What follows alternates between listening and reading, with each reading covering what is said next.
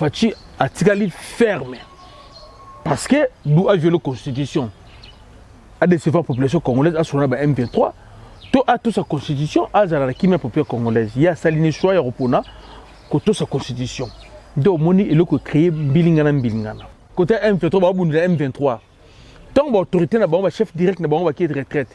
Soda respecter la hiérarchie na. Et ça li que moral ba soda et quoi.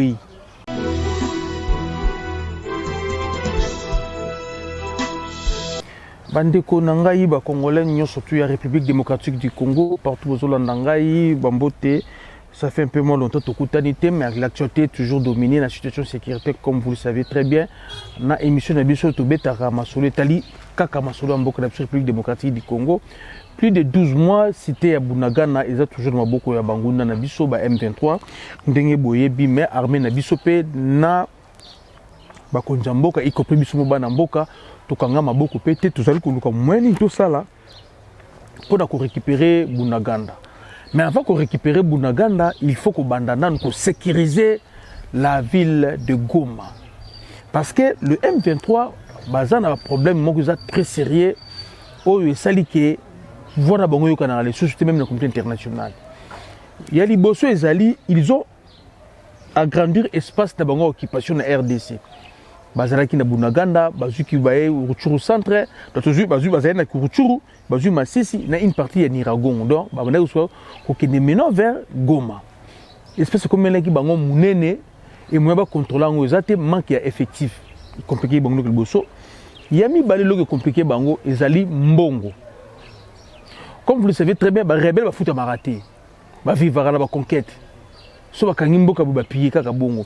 Et maintenant après 12 mois, place surtout bazoa, bapia, batou, bakima, il y a plus de villageois là, bamboka, on a batikala bangomoko, bapie, baleba soso, baleba ntaba, baleba pondu, baleba manyoko ti et sili.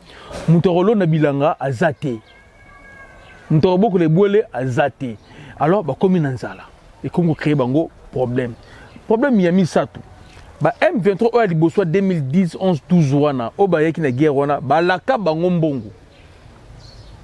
Bazuba mundi kaka mbongo te balaka ki bango ba grade ke ba côté en armée ba mundi kaka elo côté ba o ba recruter ki pe ya liboso na mususu pour eux bilo to balaki bango bazo mona na te pourquoi ils ont simbaté c'est parce que M23 na idée que on ville à Goma to revanda to solola mais à rester aux ville à Goma te to solola ndenge ni awa pression pe la population et mati et bimi même une loi que ba M23 déclaré bango ba terroriste to ko négocier na bango te. Alors ba manœuvre tout ba sali et simbité.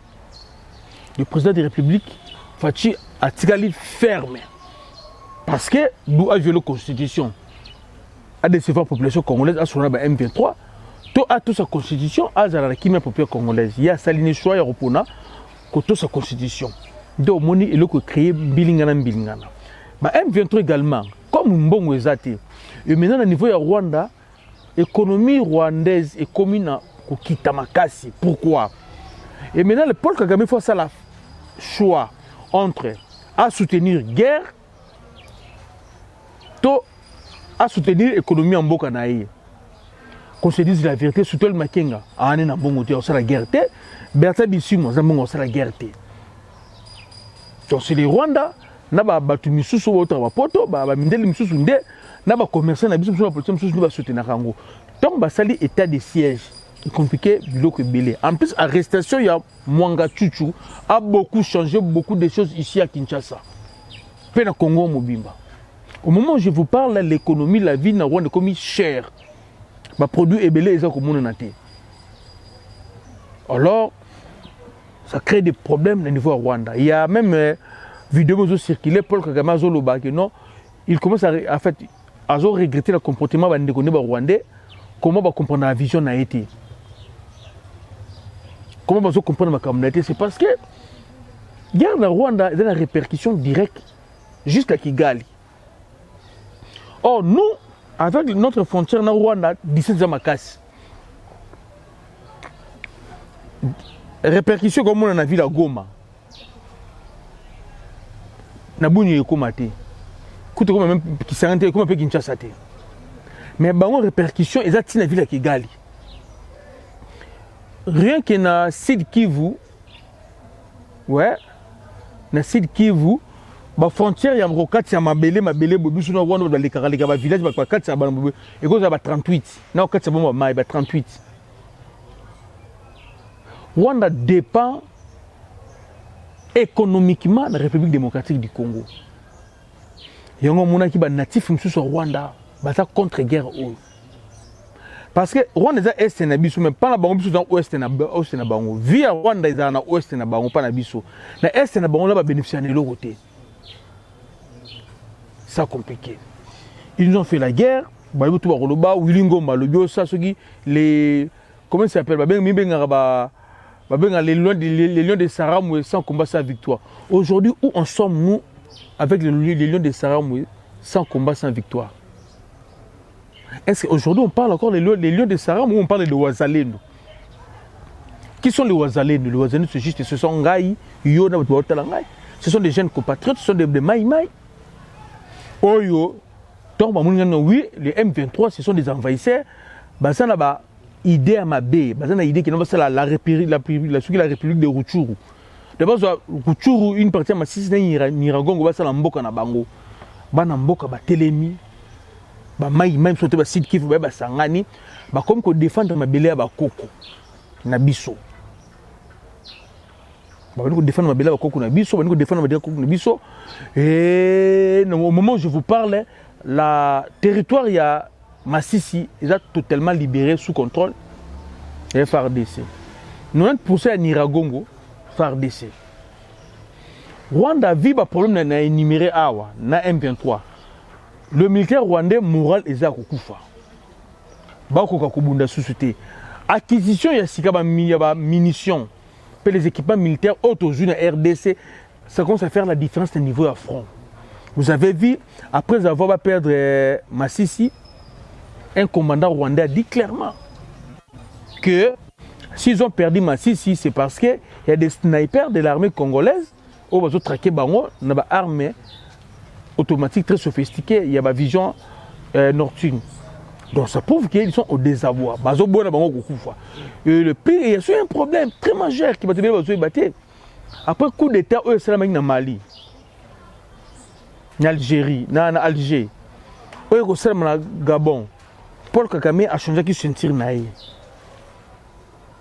Alors, Bassolé Belatina qui bon en retraite. Or, ces militaires-là, ce sont des commandants des bataillons. Oh, Bassolé, là, on va front. Côté M23, on va M23. Tant que l'autorité, on va chef direct, on va qui est retraite. Soldat respecte la hiérarchie naïe. Et ça, c'est que moral à Bassoda est coué. Vous comprenez, gars, moral à est coué. Qu'est-ce qui se passe maintenant sur le terrain? Sur le terrain, les Ouazalais ne sont supérieurs. Il y a M23. À chaque fois qu'il y a un affrontement entre les M23 et les Ouazalais, nous les M23 bazo kima. M23 bazo kima. Les Ouazalais nous c'est des natifs à coin. Donc bazo na maîtrise ya Rutshuru, bazo na maîtrise ya Massissi, bazo na maîtrise ya Niragongo.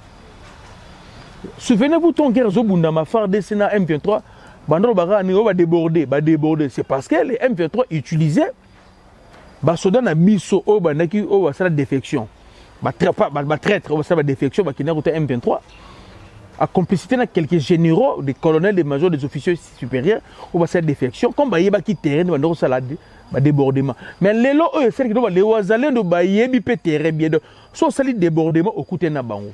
Les problèmes d'effectifs posent un sérieux problème côté M23 effectif. M23 un effectif il sous-souté ou à quoi qu'on lance offensivement avec 3000 hommes, ils allaient se sauter. Raison pour laquelle, pour s'appuyer, tout négocier. Au moment où je vous parle, les M23, la cité de Kichang, ça j'ai beaucoup de FRDC, le village chez Bélé, Bouito, FRDC, Zouango. Oh, Bouito, ça va Zahana, ils ont un bastion. Il y a M23. Maintenant, on va perdre des Johanna. Avant de monter sur le plateau, on m'a dit, avec certitude, la cité de Bouna est fortement militarisée ces deux jours par les M23, parce que l'armée lourde a encerclé la cité de Bunagana. Et maintenant, on devait récupérer Kiwanja. Mais le chef d'état-major, il y a EAC, il a dit que non, on va stopper les Ouazalendo. Mais je vous le dis, je vous le garantis, on va les contourner. Parce que j'ai suivi Jean-Pierre Bemba la conférence où il y a projet sur la paix et sécurité de la RDC, G.Pierre Bemba dit clairement, nous sommes chez nous au Congo. Nous sommes chez nous au Congo. Nous n'allons pas accéder 1 centimètre de notre territoire aux terroristes. Cette guerre, l'armée et la population congolaise vont la gagner. La détermination est au zénith. De gagner guerre haut. Sur la ligne des fronts, sur Bokikota, là, on a récupéré plus de 27 villages. On a récupéré des bastions, il y avait M23. On a récupéré Tchanj. On a récupéré Bounougou. Il y a une colline là, lorsque SNBDP Zalaki, Sultan Mané, comment il s'appelle encore Kunda Batori, à ça, la quartier général Nikuna. On les a tous récupérés. Grâce à des jeunes patriotes, les Ouazalendou. Les lots dans Tongo, j'ai vu quelqu'un des États-Unis à Pichel Biloko na lobby que non, oh, la solution ce sera politique et non militaire. D'accord? La solution politique et militaire. Ils doivent d'abord retourner le place Baouti. Comme ils ont refusé qu'on se la cantonner. Bazonga Rwanda, Bazonga Ouganda, place Bazalana Ouganda, Bazonga Kuna, ça c'est un. Paul Kagame dit les problèmes de réfugiés. On a aussi des exemples. On a des frères congolais qui ont quitté le pays, ça fait 20 à 30 ans. Non, Bazonga Mbokate, mais ils parlent de Lingala. Ils parlent de Kikongo. Ils parlent de Kiswahili. Ils parlent de Chiloba. Comment les soi-disant réfugiés congolais au Bazana Rwanda, mais ce sont celles qui ont 7 ans à Pamba, à Ebi langue de côté na Congo kaka Kinyarwanga. Ouais. Na Congo on a plus de 4 ethnies. Pourquoi on doit tributaire? Pourquoi seulement ethnie encore dépose ce problème? Les soi-disant réfugiés au peuple Kamazoloba, est-ce que ces réfugiés sont des Congolais? Congolais ont la 20 libanda mboka, aloba ga lingala, aloba ga Suède, aloba ga Chidou, aloba ga Kikongo. Ce que yo sali 10 ans na Rwanda, bosana mnoko tuya Congo bosana. Tu prétends être réfugié à RDC, sali na Ouganda, na Rwanda. D'accord? Donc tu as quitté le Congo en 2012-2013. Bazo tout non en 2012-2013, bané basaki élection au Congo. Le deux premiers c'était qui est qui? Orebi na oti. Mais pourtant qu'il a 2011-2012 au Congo. Vous comprenez? Tu ne peux pas être un Congolais au sali 15 Liban Mboka. En fait, au moins Congo qui va dans la Brazzaville, au sali 15 Bando Kenda, au Ebi Mouzete, to Ebi histoire Mouzete. Nous sommes Congo to Ebi Mouza Outaki, Ayene ba Afdel Naeba Ye, ba Bengen Mobutu to Ebi. Comment toi tu prétends être Congolais va dans Rwanda, au sali 12 ans dans Rwanda, mais les soldats Mouzozo comme les soldats Mouzete. Tu es quel genre de Congolais? Bande Konabo ça la calme. On a des informations claires et précises.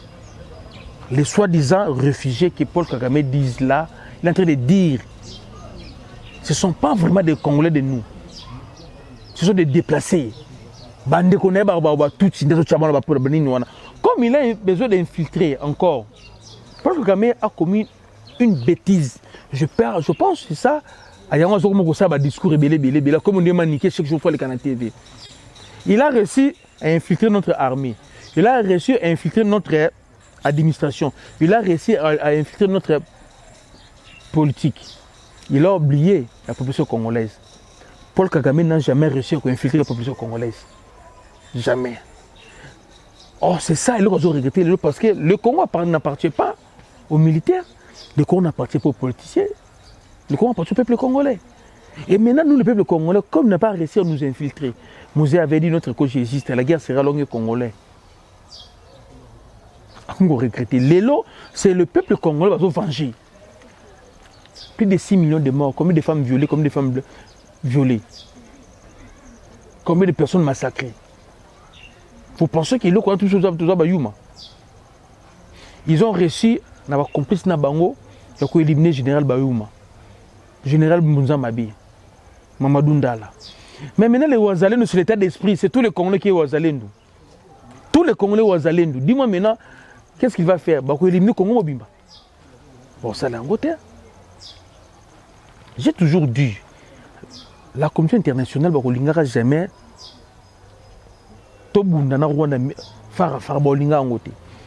en termes d'effectifs, lui il a 28 000 hommes. Nous, je pense que nous sommes dans les 75 à 80 000 hommes. et Simbati. Ça, c'est un. De deux, la population congolaise, tout ça, la maîtrise, il y a confusion dans l'Est avec la population rwandaise. Vous le savez très bien. Donc nous, guerre na Rwanda, même dans ma machette, la population qui va envahir Rwanda dans ma machette. Mais le peuple rwandais a adhéré à l'idéologie, il y a aussi la guerre dans le Congo, parce que Sylvie n'est dépendant dans le Congo. Donc le Congo, c'est un peu sur l'Iaka. Et dans tout ça, Ayebi yango très Paul Kagame yango lingara, indele ba lingara te to bunda na Rwanda. Mais maintenant ils ont peur de monter en puissance sur les Ouazalendo. Si les Ouazalendo, lorsqu'ils vont arriver à Rokoma, na Bunaganda, vous devez savoir une chose, ils vont traverser. Les Ouazalendo ne sont pas des FARDC. Lorsqu'ils vont arriver à la frontière Nabiso, ne pensez pas sur la frontière. Ils vont infliger la République rwandaise, ma perte au Bénin va infliger à Bissau. Comme Paul Kagame a montré que à niveau militairement, il a fait ses lobbies, à savoir lobbying, les Américains, les Français, pour ça des façons qui va caler avant ça aux Wazalendo. Il y a un monde qui wanja, soda ya Kenya, bazolingate les Wazalendo bakota. Ceux qui wanja tozo axe rokeni retour au centre mbamato ke Bunagana. La frontière. Et maintenant, le gouvernement, le régime Paul Kagame comme fragile dans Rwanda. Parce qu'une fois, on passe Kiwanja, on voit retour au centre, on peut à tout moment attaquer Rwanda dans l'axe surtout. Il a peur parce que les Interamoués vont retourner chez lui. On leur avait dit les Interamoués, ce n'est pas un problème de nous les Congolais, c'est un problème entre les Rwandais, Azong Sabango. Les Interamoués jusqu'à aujourd'hui, ce sont des Congolais. Non, ils disent que ce sont des Rwandais, parce qu'ils sont des Bango. Mais ceux qui sont des Mboka, alors, les M23, ce n'est pas un problème aussi congolais. C'est un problème de la communauté internationale. Avec la tête de le Rwanda. Nous, comme Toboyi Bango, communauté internationale, hier. Le discours de M23, ça ne nous rassure pas de cohabiter dans Batouana. On les a déjà brassés, recyclés. Brassage, recyclage, mixage et Simba Kakate. Alors que Simba Kakate dans Batouana. Et que Simba Té. Nous, on ne va pas négocier avec les M23. Lui également, il a refusé de négocier avec les Interamoués. Alors comment on veut qu'il y ait des négociations avec M23? Des négociations avec M23, on a compris les jeux. On devait faire des réformes, ratissage au sein des FARDC. Et après, on a compris que même les traîtres, il y a un major et un colonel de la police, Akima Minduki, Akenaki M23, à Koufi. Il y a encore un colonel, Akimaka, à Koufi. La majorité va passer à la défection. Makina région de M23, bah Koufi. Et maintenant, les militaires rwandais, je ne pense pas. Ils sont encore motivés à rebondir le combat. Ça ne va rien rapporter dans Rwanda. Il disait que nos militaires n'étaient pas formés. Comme le monsieur là de MONUSCO avait dit. Ok, d'accord. Mais les jeunes Congolais là, comment va faire reculer l'armée rwandaise où ils sont très bien formés? C'est parce qu'il y avait des infiltrés qui trahissaient la position des FARDC. Donc c'est ça. Au moment où je vous parle de Bandikonanga, pour finir, au niveau des fronts, nos amis, nos compatriotes, les Ouazalendo se comportent très bien et très bien, qu'on ne vous trompe pas. Vous comprenez? Qu'on ne vous trompe pas, ils se comportent très bien. Nous sommes à la porte de Kiwanja. Ni toute l'intervention, il y a des soldats et c'est parce que tu as attaqué Bangote, ils sont comme des cosses blés. Mais au moment où je ne veux pas dire Kiwanja, peut-être que j'ai un retour au centre. Mais 48 heures, ceux qui sont une solution à dater d'aujourd'hui, pour contourner Bango, qui n'a retour au centre Bissomoko. Bandeko tout besoin na Bunagana et vos apaisements. Tout besoin de Mboka Bobenganga, Bozotuna, Boeba position la position en ligne de front, c'est favorable pour notre armée. Et Kitoko, on vient de créer une base militaire avec plus de 800 000 hommes dans Massissi. Et la ville de Massissi ne tombera plus. La cité de Massissi ne tombera plus. Ce même politique là, on va faire ça dans le niveau Kichanga. Et même politique là, Torome Mango, dans retour au centre. on va placer des bases tout au long de la frontière de Rwanda. Et vos apaisements et Simba. Merci vraiment.